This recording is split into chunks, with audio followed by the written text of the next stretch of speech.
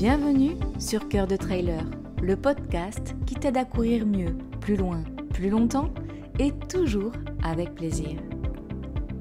Je suis Barbara, coach diplômée et fondatrice de To Believe Coaching.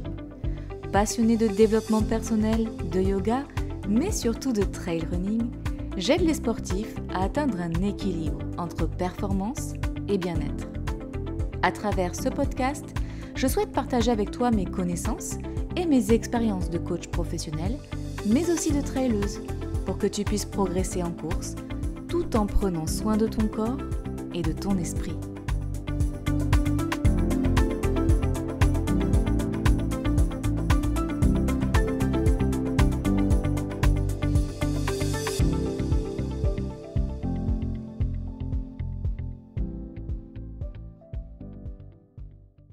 De l'obésité à l'ultra-trail, ce qui m'a sauvée et ce qui me révolte aujourd'hui, c'est le titre de l'épisode 16 de Cœur de Trailer que je te propose aujourd'hui.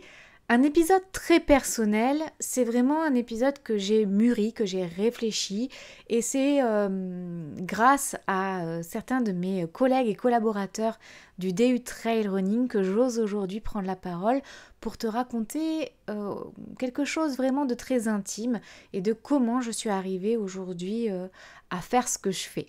Donc c'est pas le genre d'épisode qu'on écrit avec la tête, mais plutôt avec le ventre, avec les tripes, avec le cœur. Et peut-être un épisode que j'aurais aimé entendre il y a 10 ans. Je m'appelle Barbara, j'aurai 38 ans samedi prochain. Aujourd'hui, je suis coach de vie et traileuse en amateur depuis 8 ans à peu près, et ultra-traileuse depuis 2 ans, finisher du Grand Raid Qatar 100 km en 2024, et aussi quelques belles aventures sur des formats longs comme les Templiers par exemple 80 km. Et un moment d'égarement, j'avoue, sur route lors du marathon de Toulouse en 2025. Mais il y a 10 ans, c'était une toute autre version de moi. Barbara, 28 ans, problème cardiaque, problème vasculaire, dépression, sédentarité, pas très active, enfermée finalement dans une vie qui me ressemblait pas, qui ne lui ressemblait pas à l'époque, si je peux parler à la troisième personne du singulier. Et à l'époque, j'étais persuadée que je ne pourrais jamais changer, que c'était comme ça. Et c'est pas la course à pied qui m'a sauvée, hein, j'aurais pu mentir, mais je suis quelqu'un de très honnête et très transparente avec mon parcours. Donc ce qui m'a sauvée, c'est mon ego. Et ouais, ça pourrait être contre-intuitif, mais je vous avoue que j'ai un ego. Et cet ego-là m'a sauvé la vie. Je vais vous expliquer pourquoi. On va avoir plusieurs parties dans cet épisode. Une partie sur mon histoire de l'immobilité, l'inertie que j'avais dans la sédentarité jusqu'à l'engagement. Une deuxième partie qui sera un petit peu plus sur ce qui me révolte aujourd'hui sur les réseaux sociaux et qui est vraiment à l'opposé des valeurs que j'ai envie de véhiculer. Et une partie 3 de cet épisode sur une morale. Alors une morale que je ne veux pas moralisatrice, si je puis dire, mais une morale assez ouverte, assez vivante. Donc il y a 10 ans, j'étais à la limite de l'obésité. Vraiment, je passais le seuil, hein, clairement. Je faisais plus de 72 kg pour 1m60, avec un fort taux de masse grasse et un très faible taux de masse musculaire. J'étais très sédentaire, zéro activité physique, 8 heures par jour assise derrière un bureau, derrière l'ordinateur, et le matin 1 heure de route en voiture, le soir 1 heure de route pour rentrer, et dès que je rentre, mis à part faire le ménage, tu t'assois devant le canapé, devant les super émissions de télé qu'il peut y avoir, voilà, comme à l'époque, j'ai honte de le dire, mais touche pas à mon poste, voilà, les Marseillais, etc. Bref, tu peux comprendre donc qu'à cette époque-là, j'étais plutôt quelqu'un d'aigri, toujours en comparaison avec les autres. Donc je vivais dans le regard des autres, j'étais très frustrée, dans la projection permanente. Et à chaque fois que je devais aller au magasin faire les courses, Je me garais devant la porte du magasin pour éviter de marcher. À chaque fois que je devais monter les escaliers, c'était l'enfer parce que j'étais essoufflée arrivée en haut. Et mis à part aller à la mer, me poser pour faire l'écrevisse au bord de la plage, je ne connaissais pas la montagne. Pour moi, de toute façon, c'était trop d'efforts. Et le sport, c'était vraiment pas pour moi. C'était pas dans mes gènes, c'était pas dans mon éducation, c'était pas dans mon histoire. Et puis un jour, j'ai commencé à avoir des problèmes de santé, des allergies alimentaires qui ont causé des troubles digestifs très graves. Et derrière, ces allergies alimentaires ont été cumulées avec de la tachycardie importante, jusqu'à ce que je me retrouve plusieurs fois à l'hôpital, devoir passer la nuit aux urgences parce que mon cœur ne cessait pas de battre fort, en fait, de battre rapidement. J'étais, pour donner un ordre d'idée, à l'époque, j'étais à 140 battements par minute, au repos, allongé, et ça montait jusqu'à 160 battements par minute quand je me mettais à parler, puisque je faisais à l'époque, et peut-être encore un petit peu aujourd'hui, de l'apnée quand je parlais. Et il faut savoir qu'à l'époque, j'étais téléconseillère, donc je passais 8 heures par jour à parler. Donc un jour, le médecin des urgences m'a dit, écoutez, si vous continuez comme ça, vous ne passerez pas la trentaine. J'avais 26 ans. Et ce jour-là, ce n'est pas la peur qui m'a fait réagir. J'ai pas eu peur de mourir parce que j'ai toujours eu des troubles anxio-dépressifs, donc la mort dans ma tête, ça l'a toujours fait partie de moi. Mais par contre, j'ai eu peur de vivre en mauvaise santé, j'ai eu peur de devoir être assistée, j'ai eu peur de devoir prendre des médicaments, j'ai eu peur de ne plus pouvoir faire ce que je n'avais jamais fait. Et c'est mon ego qui s'est réveillé et qui m'a dit tu peux pas finir comme ça, tu peux pas continuer comme ça, et tu as plus de valeur que ça. Finalement, mon ego à cette époque-là s'est dit que j'avais de la valeur et j'ai pris la décision de faire un 180 degrés, parce que 360 degrés c'est revenir à son état initial, mais j'ai vraiment fait un virage. J'ai changé d'environnement, donc d'environnement à la fois, j'ai changé d'appartement, puisque j'ai aussi changé d'environnement relationnel, j'ai quitté mon ex-petite amie. J'ai commencé le sport à la salle, et puis j'ai vite vu que la salle, c'était pas fait pour moi, et j'ai commencé à rencontrer de nouvelles personnes, et ces nouvelles personnes m'ont amené à faire des activités outdoor, donc des activités en plein air. J'ai eu un suivi médical régulier puisque mes troubles digestifs et mes troubles cardiaques et vasculaires faisaient que je n'avais pas le choix que d'aller régulièrement chez le cardiologue. Derrière, on a compris que tous mes troubles digestifs, tous mes problèmes cardiovasculaires, mes tachycardies venaient d'une alimentation riche, sucrée, ultra transformée et un manque d'hydratation. Donc j'ai consulté une nutritionniste. Voilà. J'ai consulté, mais j'ai pas fait que ça, en fait. Si j'avais fait que consulter, je pense que je m'en serais pas sortie. J'ai appris. J'ai questionné, j'ai expérimenté, j'ai testé. J'ai surtout l'impression aujourd'hui, avec 10 ans de recul, que j'ai décidé à ce moment-là de me choisir. J'ai fait un choix, et ce choix-là, c'était de prendre qui j'étais, Barbara, et de choisir d'être une meilleure version de moi-même. Alors, ça fait très développement personnel, ce que je dis, mais c'est vraiment ça que je ressens aujourd'hui avec le recul. Et c'est à partir de là que ma transformation a commencé. J'ai pas envie de dire avant-après, elle a perdu 25 kilos et elle est mieux dans sa peau. Non, pas du tout. Les troubles que j'avais... déjà, l'anxio-dépression n'a pas disparu. C'est une maladie mentale, c'est un trouble de l'humeur et ça sera toute ma vie. Je l'ai depuis que je suis née et malheureusement, je dois vivre avec ça. Ça veut pas, c'est pas grave, hein, il y a des choses bien plus graves dans la vie, mais en tout cas, le fait de le savoir et d'avoir la possibilité, quand il le faut, d'être accompagné et d'avoir un traitement, ça permet d'équilibrer en tout cas tout ce qui va être rumination, pensée négative et un système nerveux qui peut être un peu irrité. Et pour tout ce qui va être de l'alimentation, du sport, etc., c'est pas la perte de poids qui fait qu'aujourd'hui je me sens mieux dans ma peau, non. Ça y joue forcément puisque la perte de poids fait qu'on a un regain d'énergie, qu'on est capable de faire peut-être plus de choses, qu'on a moins de blessures, si tant est qu'on s'entraîne correctement et avec des objectifs qui sont réalistes. La c'est pas la perte de poids qui fait qu'aujourd'hui je me sens avoir de la valeur, que je me sens légitime, que je me sens plus en comparaison avec les autres. C'est vraiment une transformation mentale, c'est une façon de voir les choses, une vision de voir les choses, et c'est tout mon parcours que je te raconterai tout à l'heure qui a fait que j'en suis arrivée là aujourd'hui.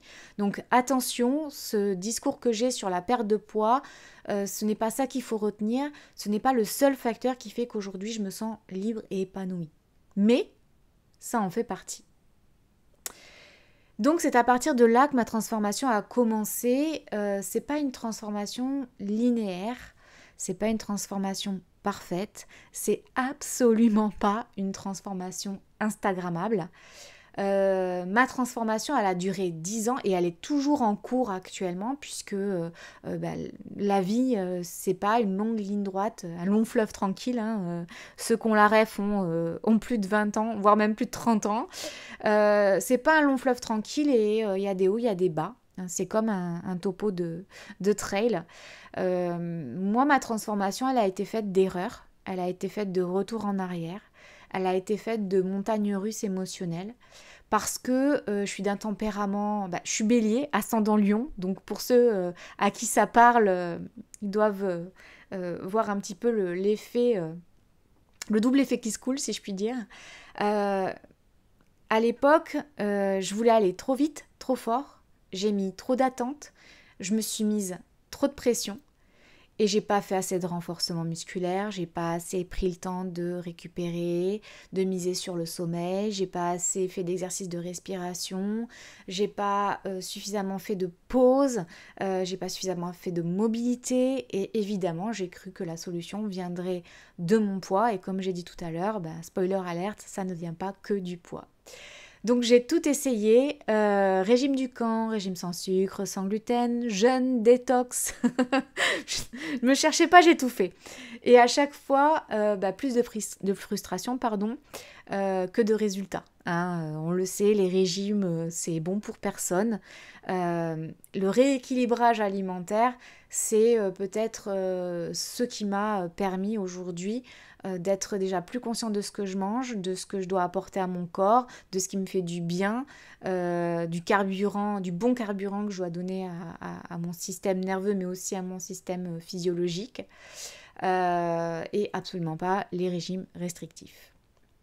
Et côté sport, comment dire j'ai sauté de programme en programme et sans aucune logique. À chaque fois qu'il y avait une promo sur un programme, j'ai sauté dessus. Donc, par exemple, à l'époque, il y avait donc Thibaut Geoffrey, Justine Galliste, Caroline Rowe. Il y avait d'autres fit girls comme ça qui lançaient des choses sur les réseaux sociaux. Au niveau de la course à pied, je suivais des programmes de course à pied, faire son premier 10 km, faire son premier semi qu'on trouve encore maintenant sur les réseaux sociaux, notamment avec l'explosion depuis le Covid des applications de course à pied. Et en fait, pour moi, dans ma tête, je me suis dit, il faut faire du sport, même si c'est pas programmé, même si c'est pas structuré, même si c'est pas cadré, tu auras forcément des résultats. Et j'ai cru qu'il suffisait de courir aussi pour devenir meilleur, c'est-à-dire meilleur en course à pied égale courir plus, toujours plus, toujours plus. Et j'ai installé Strava, comme tout le monde, et du coup je comparais mes résultats à ceux des autres en permanence, donc on est retombé dans le cercle vicieux de la comparaison, du regard des autres, du je suis nul, je suis pas assez rapide, je cours trop lentement, j'y arriverai jamais, etc. Et donc, j'ai continué à apprendre, j'ai continué à me former gratuitement en lisant ce qu'il y avait sur les réseaux sociaux, parce qu'il y avait de plus en plus d'informations sur les réseaux sociaux, sans pour autant avoir l'envie et l'ambition de passer un diplôme, sans pour autant avoir envie d'en faire mon métier. Attention, là, il s'agissait à l'époque que de nourrir mon cerveau pour en fait prendre ce qu'il y avait sur Internet et me l'approprier. Et je sais pas si tu connais cet effet-là, mais moi je suis tombée dans l'effet Dunning-Kruger. On en parle beaucoup depuis le Covid de cet effet Dunning-Kruger. En gros, c'est quand tu en sais assez pour croire que tu sais tout, mais pas assez pour voir que tu fais fausse route.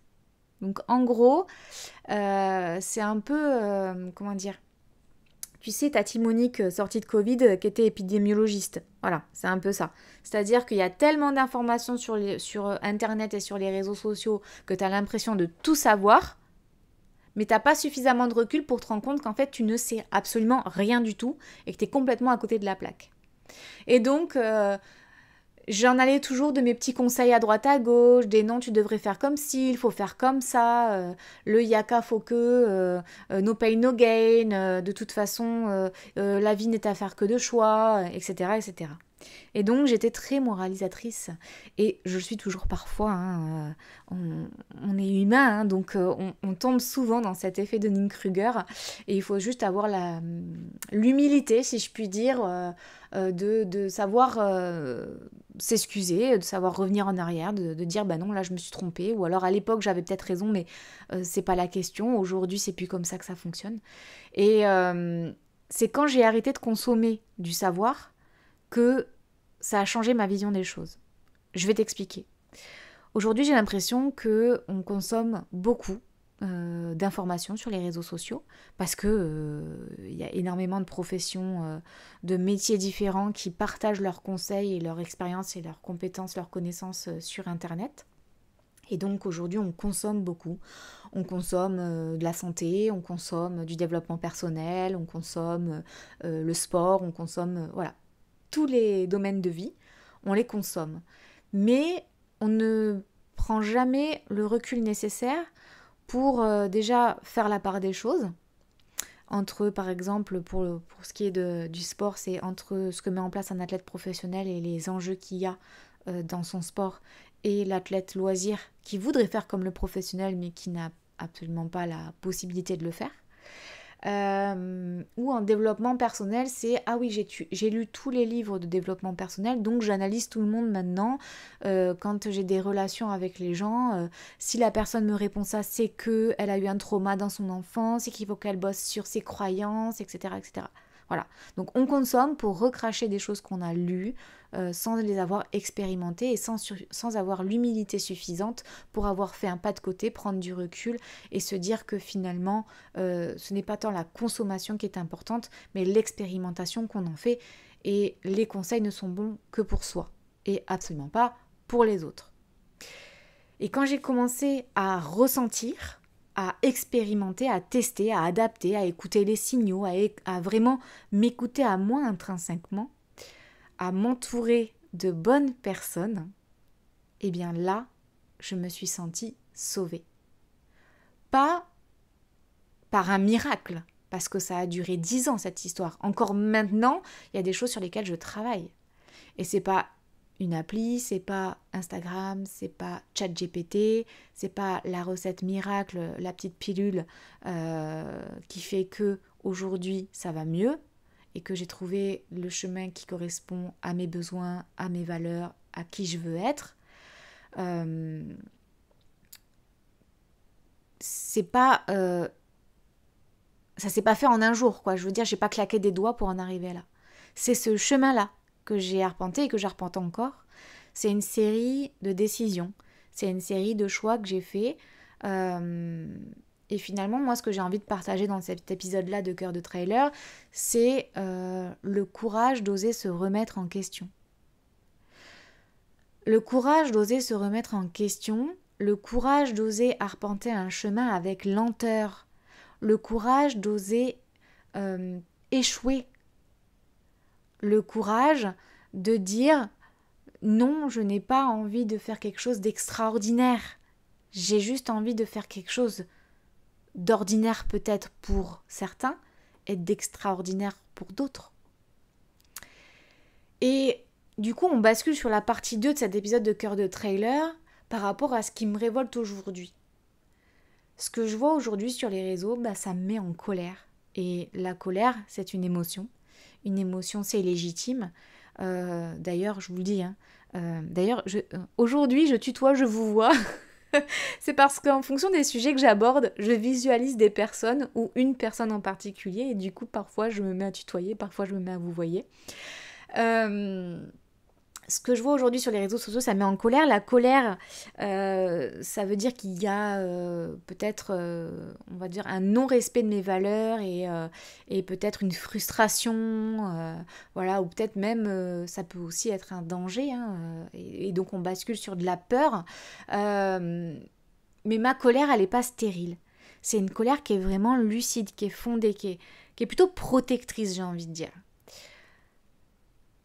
Je sais pas si toi c'est pareil, mais moi quand je regarde les contenus sur mon feed Instagram, Facebook ou autre, j'ai beaucoup d'influenceurs, beaucoup de personnes qui glorifient la performance, l'extrême performance, l'express performance. Inoxtag qui va sur l'Everest après 1 an de préparation, c'est une performance, hein, on ne peut pas lui enlever. Après, on pourrait toujours redire sur les moyens mis en place, mais bon, il a su s'entourer, il a su débloquer des fonds, il a su se faire suivre, etc. Donc, c'est vraiment une performance. Mais pourquoi en 1 an? Pour faire des vues sur les réseaux sociaux et des likes et qu'on parle de lui? Aujourd'hui, je vois des parcours qui représentent un peu le titre de mon podcast aujourd'hui, du canapé à l'ultra en quelques semaines. Il y a des mecs et des filles qui créent un compte Instagram du canapé à l'ultra. Et en 3 mois, ils passent de sédentaire plus à inactif plus à je cours un 100 km. Ou quelqu'un qui court régulièrement sur route qui se dit bah tiens, je vais faire un 100 miles dans la montagne, dans un des trails le plus difficile du monde, comme la Diagonale des Fous. Et ça, en quelques semaines, en quelques mois, ça se compte même pas en années.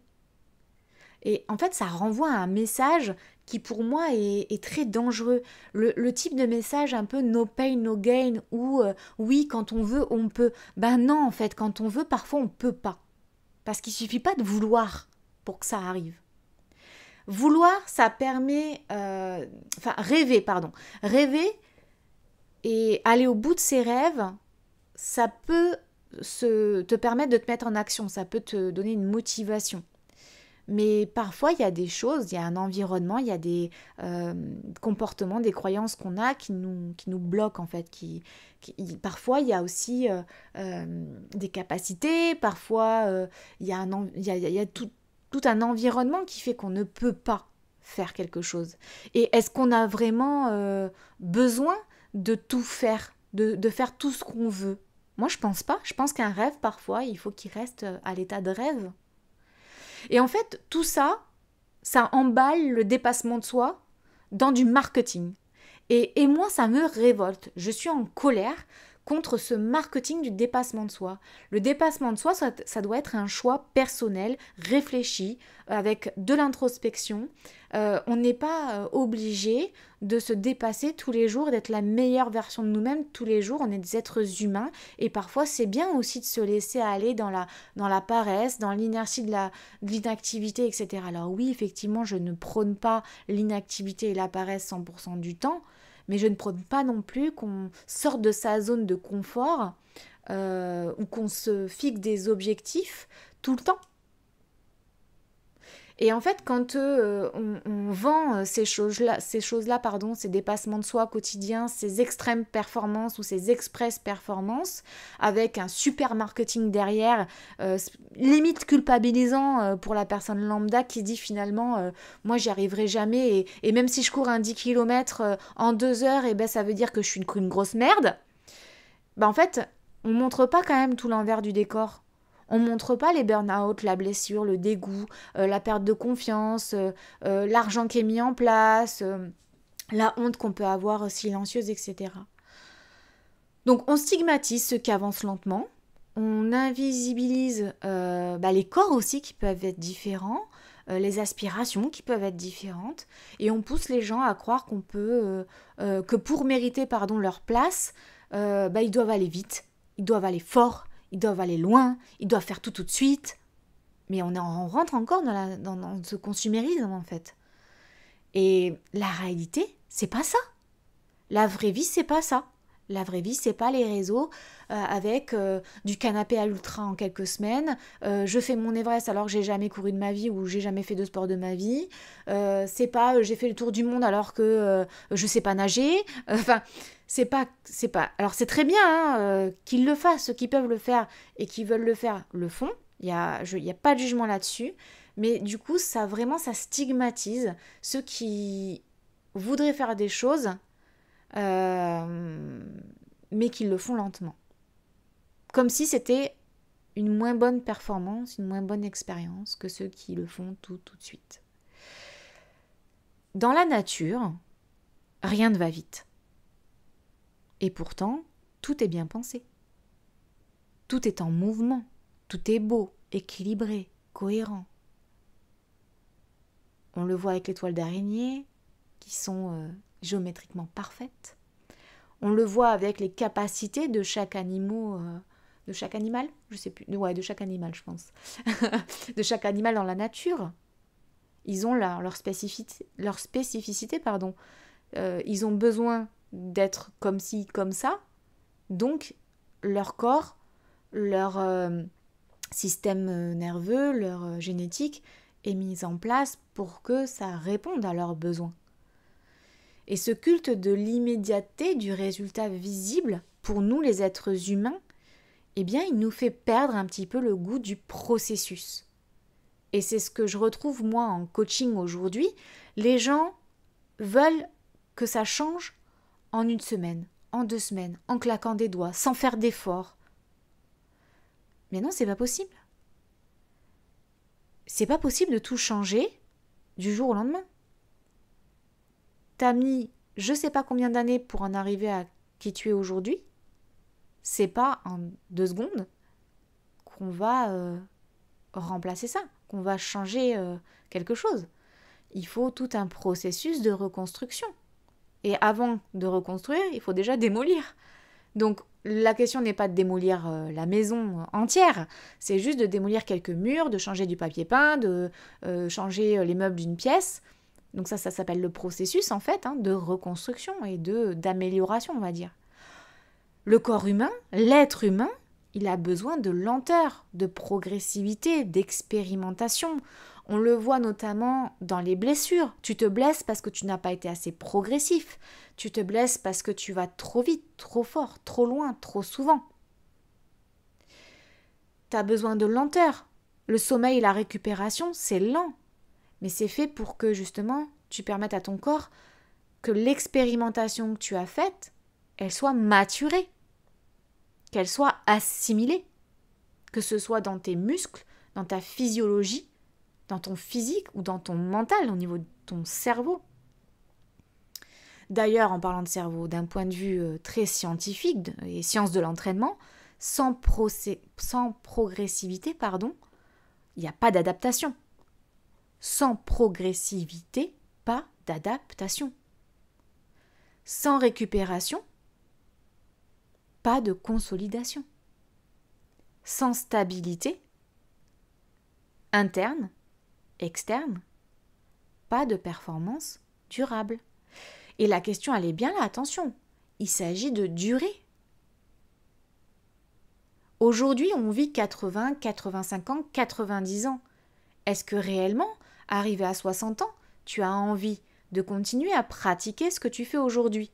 Et est-ce que tu as envie de continuer à être en bonne santé le plus longtemps possible? Pour des performances durables, il faut de la progressivité, il faut de la récupération, il faut de la stabilité.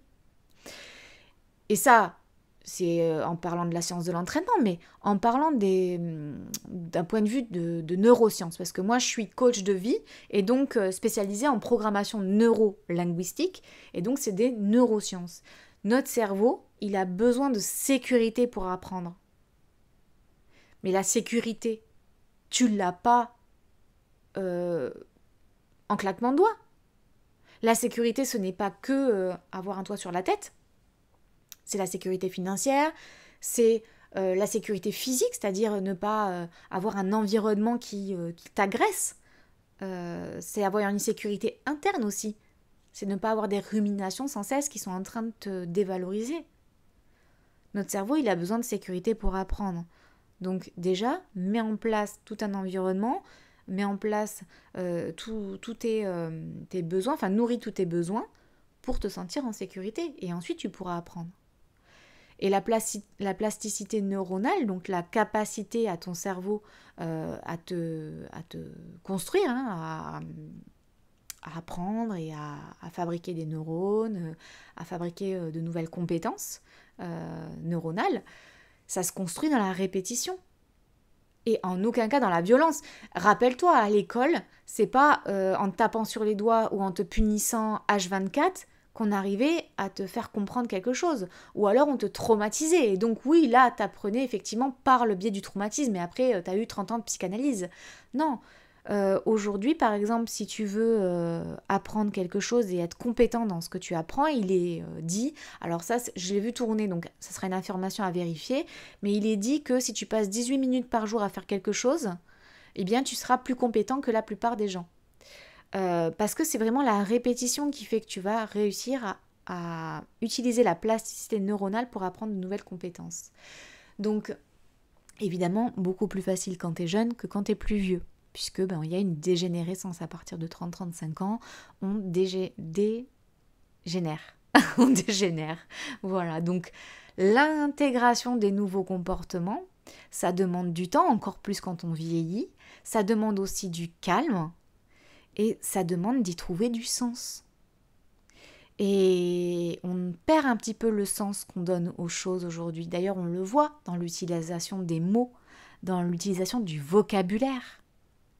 Alors, tu vois, c'est tout ça qui me met en colère. Parce que le modèle là qu'on crée, ce système-là du tout de suite, du consumérisme et de l'exploit, il crée plus de souffrance que de puissance. Et moi, c'est pas ce que je veux transmettre, ni dans ce podcast, ni sur les réseaux, ni dans mon accompagnement en coaching. Moi, ce que je veux, et c'est ma mission vraiment, c'est valoriser le chemin plutôt que le résultat. On va tendre vers un résultat, mais souvent, c'est pas celui qu'on croit. Souvent, on arrive avec une demande sans voir ce qu'il y a derrière. Et c'est le résultat de ce qu'il y a derrière qui est important. Et donc, valoriser le chemin, valoriser aussi l'expérience, les parcours imparfaits, les engagements, l'investissement. Ça, c'est important pour moi. Et je veux qu'on redonne un petit peu de crédit, de valeur à ceux qui avancent doucement, mais sûrement. Et surtout, je veux qu'on arrête de faire croire que tout le monde peut et doit performer.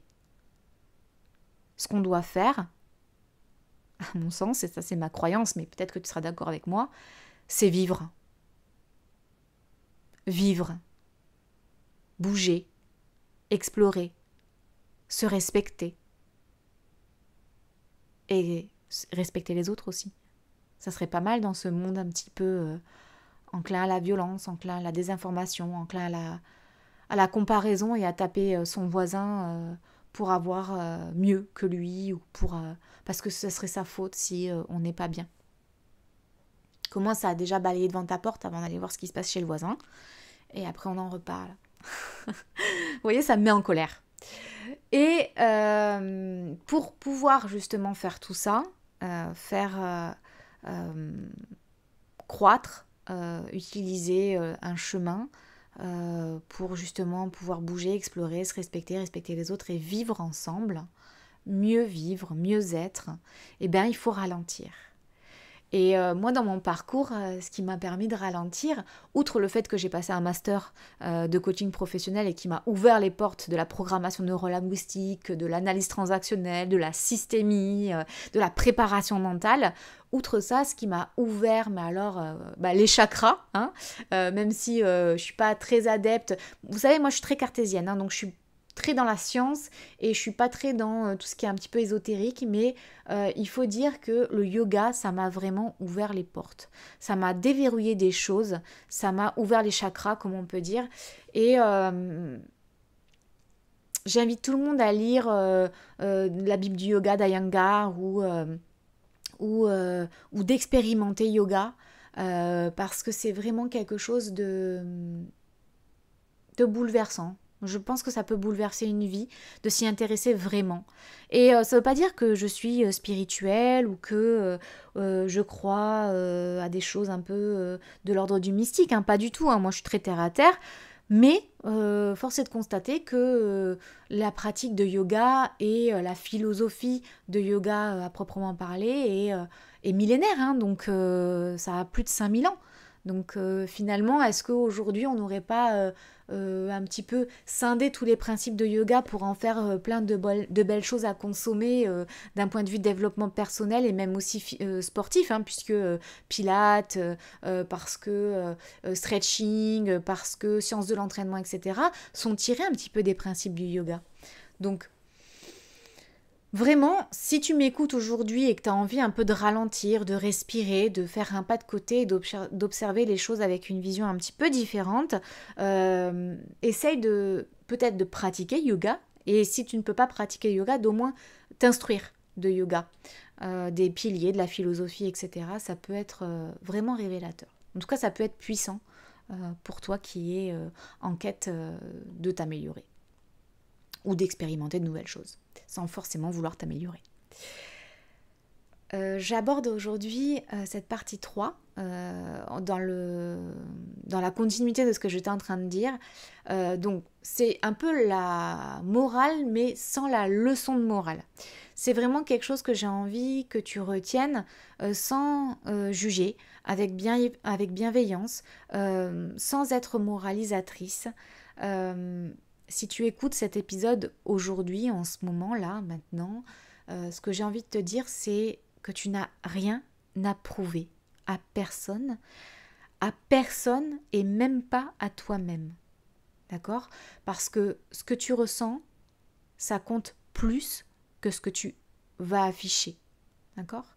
Tu as le droit d'apprendre lentement, tu as le droit d'avoir peur, tu as le droit d'être fatigué, tu as le droit d'échouer, tu as le droit de réussir aussi.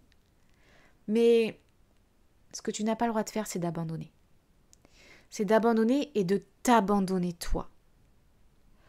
Reste, expérimente, ose, cherche, demande, apprends. Pas forcément pour réussir plus vite. Pas forcément pour réussir non plus, mais laisse-toi quand même l'opportunité de la réussite. Reste, expérimente, ose, cherche, demande, apprends. Pas forcément pour devenir quelqu'un d'autre. Pas forcément pour devenir une meilleure version de toi-même. Mais pour devenir plus toi, tout simplement. J'ai l'impression que le monde, il a besoin de gens qui sont ancrés, de gens qui sont sensibles, créatifs, mais aussi nuancés. J'ai l'impression que la vie, c'est pas tout noir ou tout blanc, qu'il y a du gris, mais qu'il y a aussi toutes les couleurs de l'arc-en-ciel. Donc il n'y a pas de clones productifs qui courent dans tous les sens, ou qui vont parfois tous dans le même sens, hein, comme des moutons. On le voit bien dans la nature, tout prend son temps, tout prend sens, rien ne se précipite, et pourtant, tout arrive. Alors, si je dois finir ce podcast par un peu de bienveillance, sans jugement, une leçon non moralisatrice, je dirais que tu pourrais juste te donner la permission.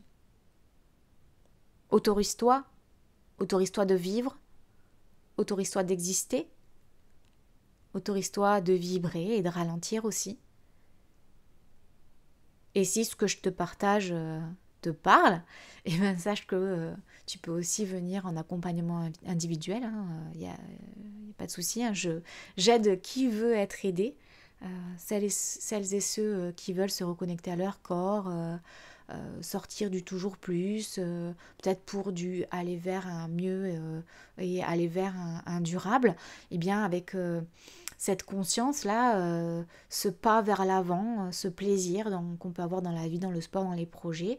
Je propose des accompagnements sur mesure avec bienveillance, mais aussi avec exigence, hein, parce que ce soit pour structurer ton entraînement ou apaiser ton mental, je pense que c'est intéressant d'y mettre de la bienveillance, de la relation, du sens, mais aussi des challenges, de l'exigence et un cadre, d'accord ?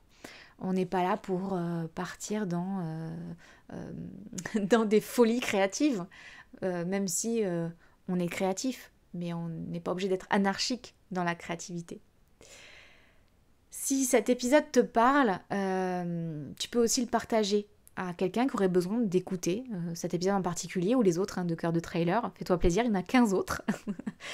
Et peut-être laisser un petit commentaire pour me dire si il y a quelque chose dans mon discours qui t'a plu, qui t'a déplu, quelque chose qui te parle, qui te fait ressentir des émotions particulières, quelles émotions, etc.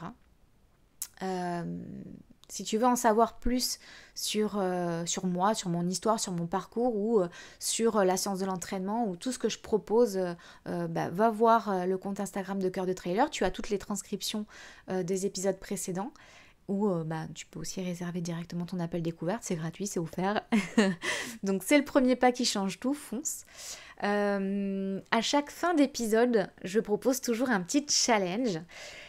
Et là, j'ai envie de te proposer quelque chose d'un peu différent d'habitude. Si tu devais identifier une chose que tu fais aujourd'hui, par automatisme, par peur, par croyance, par obligation, et que cette chose-là, tu devais la remettre en question, ça serait quoi ? T'es pas obligé de le partager en commentaire, mais si tu veux, c'est mieux, parce que ça permet aux autres de lire tes commentaires et peut-être d'oser commenter aussi, ou de se dire qu'ils ne se sentent pas... Enfin, ils se sentent moins seuls, du coup, parce que peut-être qu'ils se retrouveront dans ton discours. Moi, je te conseille de changer un seul détail, d'oser changer un seul détail de cette chose que tu fais aujourd'hui par automatisme, par peur, par croyance, par obligation, et que tu voudrais remettre en question. Un petit détail, peut-être une habitude que tu vas revoir une fois par jour ou une fois par semaine, un rythme différent que tu vas observer. Et derrière, tu vas juste prendre le temps de voir ce que ça fait, comment ça bouge en toi, en faisant ce petit détail-là qui change tout. Évidemment, tu peux retrouver les articles de blog qui sont en lien avec l'épisode d'aujourd'hui sur mon site internet tobeliefcoaching.fr et les retranscriptions sur le compte Instagram de Cœur de Trailer. Tu peux m'envoyer ton retour par DM si tu ne veux pas poster en commentaire. Tu peux m'envoyer un mail ou sur les réseaux sociaux, je les lirai avec plaisir. Et si tu veux partager cet épisode, fais-le. Ça peut réveiller quelqu'un. Souvent, on n'ose pas partager. Souvent, on se dit que c'est du vent. Mais moi, je sais que souvent, les gens viennent me voir par la suite en me disant « Oui, Barbara, je suis tombée par hasard sur ton article Instagram ou ta newsletter ou ton podcast. Et ça m'a vachement parlé. Et j'osais pas commenter, j'osais pas partager. Mais je voulais te dire à toi particulièrement que j'avais ressenti ça, et merci pour ce que tu fais, c'est bien, continue. » Moi, je prends, même si c'est en message privé, je prends même si tu dois venir dans la rue m'en parler, mais sache que c'est mieux si tu le fais en public pour que les autres, justement, puissent avoir ce message qui est précieux, qui vient de toi et qui est sincère. Ça peut vraiment faire sortir des sentiers battus. C'est la fin de cet épisode 16 de Cœur de Trailer, de l'obésité à l'ultra trail, ce qui m'a sauvée et ce qui me révolte aujourd'hui. J'espère que cet épisode t'aura plu. On se retrouve très vite dans un nouvel épisode. Et en attendant, continue d'arpenter les sentiers de la vie qui font vibrer ton cœur de trailer.